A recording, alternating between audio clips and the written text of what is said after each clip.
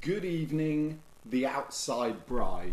Good evening, everyone. I hope you're all fine and dandy. I'm just going to take a couple of seconds to set my bits up so I can see what's going on, and in case it gives a chance for anyone to come online, bear with me.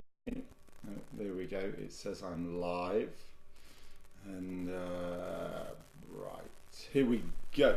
So tonight, very exciting. Tonight is Ask an Expert live in the Outside Bride, number 20. Can you believe this? We finally got to 20. It felt like we were in the teens for months and months and months. We're finally at 20. At the same time, I can't believe we're only on number 20. It really does feel like this has been going on for ages. So we truly, truly hope that you've been getting some, proper quality information out of this. We hope you've enjoyed it as well, because ultimately that's just as important as gaining knowledge and all the answers to the questions you have. Tonight, Emily is not here. Well, she was meant to be here. She's at a styled shoot at Avington Barn in near Winchester. She says she's going to come online and screen share with me. So when it pops up in a minute that Emily is watching, then I will add her in. And if it works, that'll be fab. And if it doesn't work, it's probably all going to go wrong, and I will come back on as soon as it starts going right again. But as always, when it's just me, I have a fab list of information to go through. That doesn't mean you cannot post your question. So if you do have a question, please just write it in the comments and we will cover it. Now, it came to my attention about 5-10 minutes before I came on live that it was quite an important thing tonight in the world. It's the third Britain's Got Talent live semi-final. So I'm seeing this clash as important as like a World Cup match versus something on another channel. Strictly final versus X Factor final. Ask an Expert live versus Britain's Got Talent semi-final live. This is one of those things that people will remember they remember where they were when that clash happened. So, hold on, I'm waffling. Emily is live. Hold on, bring them on camera. Let me see if I can. This is so going to go wrong, everyone. Bear with me, I need to touch the phone.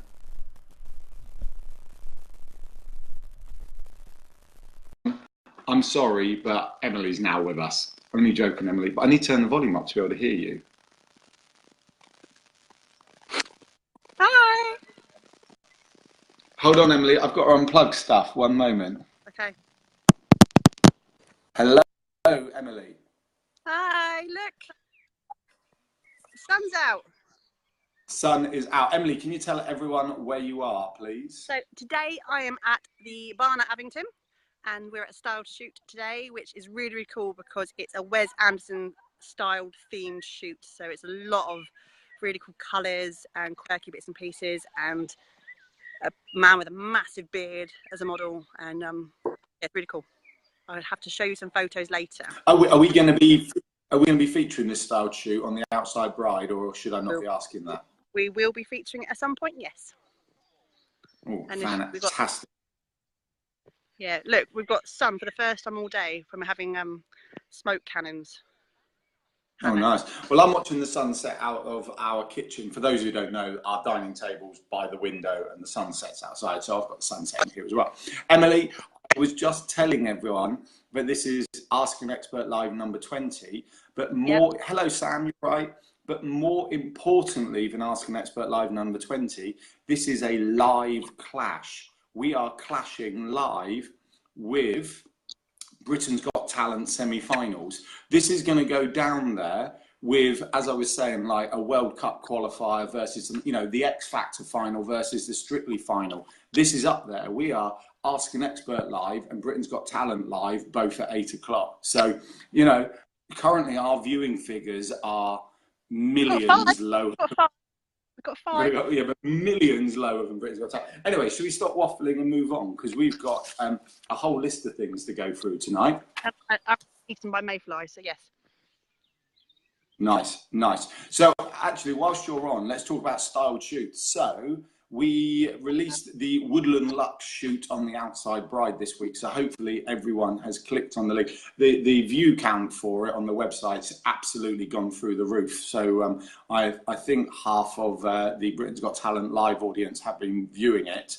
But no, fab. And what it made me think was, I wanted to ask the question, do people prefer to see styled shoots or real weddings? And I just wondered if you wanted to type, guys, SS or RW to which one you prefer, it would be really, or both. Yeah, right. So, right.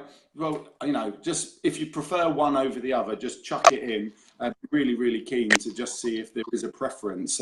We do see a slight difference in hits on the website when we do them. So just curious as to what everyone was thinking. So feel free, guys, to write SS, RW, or both, or words of that.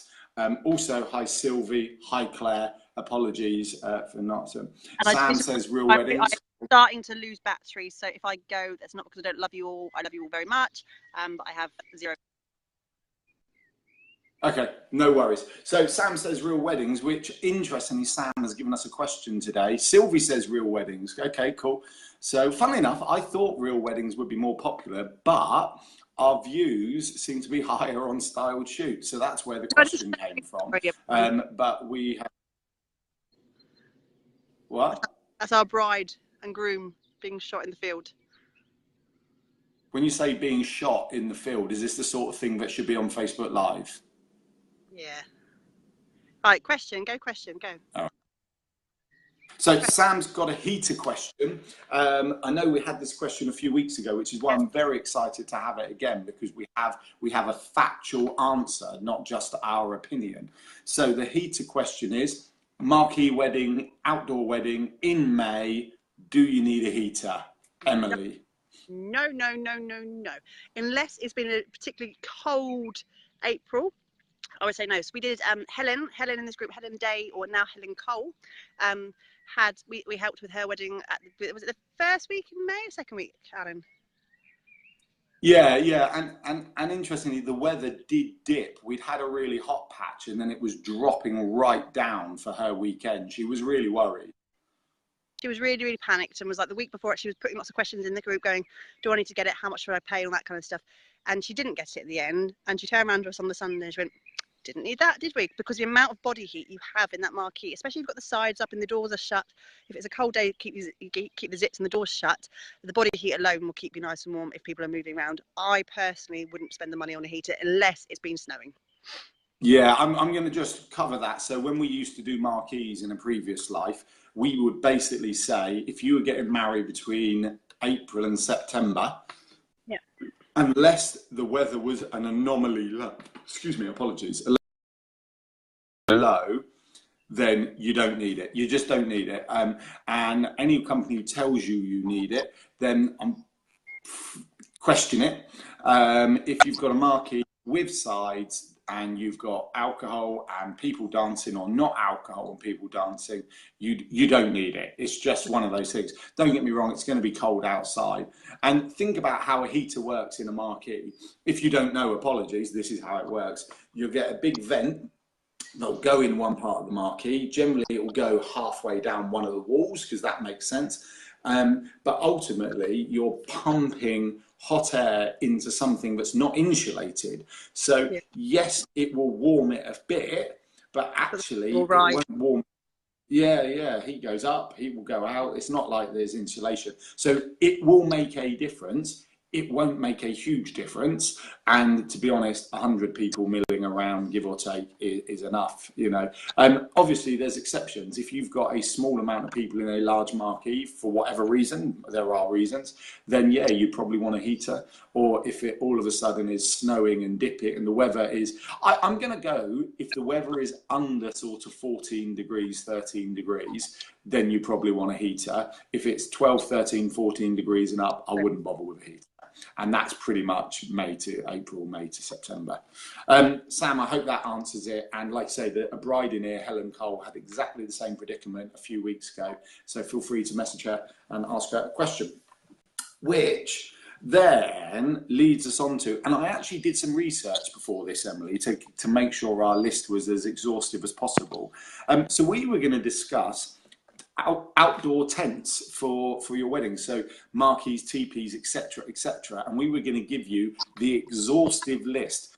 Now, I checked this, I found a couple of blogs and I checked what was in my head, and I reckon there's 9 that need to be covered. Go.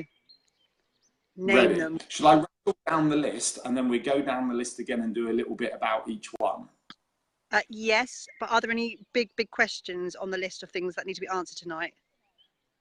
No. Then carry on, only because I'm worried about my battery going, and if I needed to be... Well, no. If anyone's got a question, jump in. Sam says thank you. No, our pleasure, Sam. So the 9 outdoor tents, a traditional marquee, there's 8, sorry. Traditional clear span marquee, a pearl tent, a Sperry tent, a parta or teepee, a yurt, a capri, and a party tent / gazebo. What about a geometric dome? Oh, shut up. No one likes you. Geometric dome. I know you like that. That was even on my notes list, but I didn't copy. Right, go on then, Emily. You can start with a geometric dome. And what's a geometric dome? A geometric dome, I can only describe, if you've been to the Eden Project, you've seen the Eden Project, or you've seen X-Files, they are rounded domes that have like hexagon shapes or pentagon, whatever they are. A big round dome, usually clear, although you can get them with a perspex, a white PVC on them as well, to have clear and PVC walls, much like a marquee. They are absolutely fantastic. They're very unusual. They're still very, very new to the market. There aren't many companies that... mayflies. There aren't many companies in the UK doing them. There's maybe 2 companies that I know of that are doing them, but they are spectacular, very, very design led. Again, work like a marquee. Marquee, you can get the flooring them and you get your tables and chairs, but they are circular in shape. You can do them a bit like teepees. You can add them together to make pods, and they're fabulous. Not sure of the cost, but as they are quite new, I imagine they're a little bit pricey.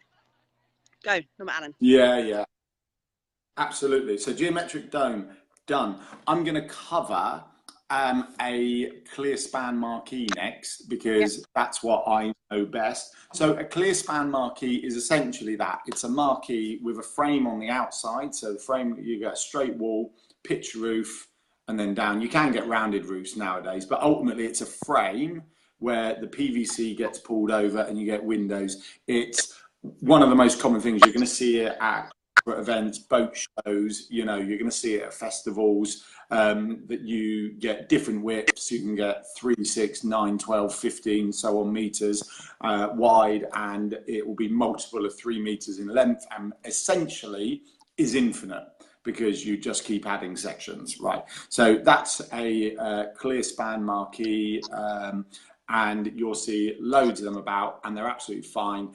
They're changing in fashions, so thanks, Josh. Josh says this feels very Eurovision with me in the studio and you out and about.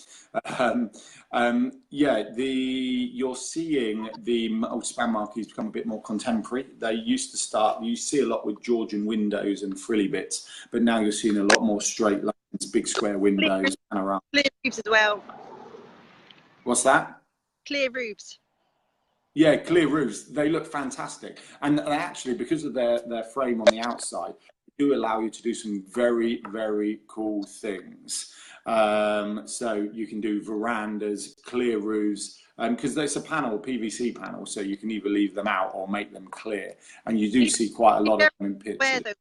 When you're looking at quotes for clear spans, what you're getting and the quality of what you're getting, because some people will charge you 500 quid, some will charge you 10 grand, but it's very much in terms of the style, structure, what you're getting in that. Well, I've got that, and ultimately you've got, and I don't. This isn't the same. In the 80s, this made more sense, but when you're comparing like a Skoda to Ferrari, but Skodas are quite good nowadays. But you can also get a party tent, which is basically a gazebo, but for all intents and purposes looks kind of similar to a clear span marquee. Now, when you get up close, they're no different at all, but when you're looking at pictures on a website, they're very, very similar.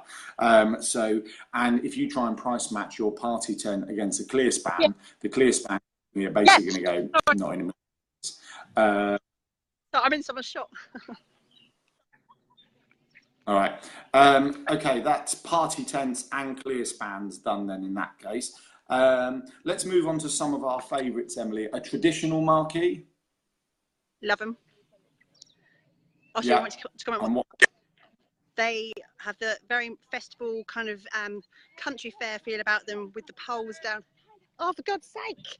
Sorry. Guys, anyway, I've got to go. Yeah, traditional marquee. Everyone, I'm on a live. I've got to go. And carry on. Bye. Right, so a traditional marquee, viewing figures are dropping, Emily's now, Emily gone. Sylvie, I'll answer your question in a moment, sorry. So a traditional marquee, think about 2 poles, they pull up the canvas, they tie a rope, they look, especially in an outdoor wedding. So in a kind of more foresty, woodland, rustic sort of style, they look absolutely amazing, and they've been around for the dawn of time. So you know, it's kind of it's quite nice. Now, what we've got from traditional is a couple of different versions. So we've then got a pearl tent and a Sperry tent. Now, I had to check what a Sperry tent was. Hold on, I've got a website up just confirming it. I had to check what a pearl tent was. I know what a Sperry tent is. So I'm going to do a Sperry tent first. So a Sperry tent is essentially a traditional marquee, but just with a way more contemporary feel. You start to get the big square windows with the higher sides, rather than a traditional marquee will have sort of 1.80 m sides, whereas, you know, so the taller people will be stooping, whereas by the way, I think this feed's gone funny, so apologies if you can't see me. Whereas the Sperry tent will have a slightly higher side, and really it's kind of that mixture between traditional and multi-span, giving you the flexibility of multi-span with the view of like traditional. It's very, very nice. Hi Ian, you're right. But then that takes us onto a pearl tent that, for all intents and purposes, is once again that mix between traditional and clear span, but looks very much like an Arabian sort of. There'll be different sections on the roof and spikes going out like this with the little bits on the top. It will look very, very much like that. And yeah, once again, I'm going to get some pictures put into the group so you can see what I mean. Then we've got a Qatar and a teepee. Once again, same thing, just one's a bit more Norwegian looking, but once again, they're just cones sticking up. Then we've got a yurt, which is pretty much like a geometric dome, and that's going to go, you know, think of Outer Mongolia with a yurt with a wooden frame and the material going outside. Looks amazing from the inside because you'll get the wooden structure, and that will look fab in your shots. And then the last one I've got is a Capri marquee, which I never know how to explain these, but it's kind of like a gazebo, but way cooler. And unfortunately, I feel like I'm doing it a disservice by saying it's a gazebo, but it's like a stretch tent. So you'll see poles going up at angles and go over, and they are absolutely fab in the British weather. Yeah, sorry, Sam, I'm not quite sure what's going on with the picture. I think when Emily bowed out, it's gone a bit funny. But I don't have a lot more to say after this unless anyone has any questions. Sylvie's got a question. So I might wrap up tonight, and after this, can't hear, can't see. Sorry, Sylvie. Don't know, but let's wrap up anyway, and I will pop back on perhaps another time. Sylvie, I will answer your question in the comments. Copying the Britain's copying the Britain from the other night. Yeah, absolutely. Right, guys, that's it. I'm going to go. Thank you very much. Bye.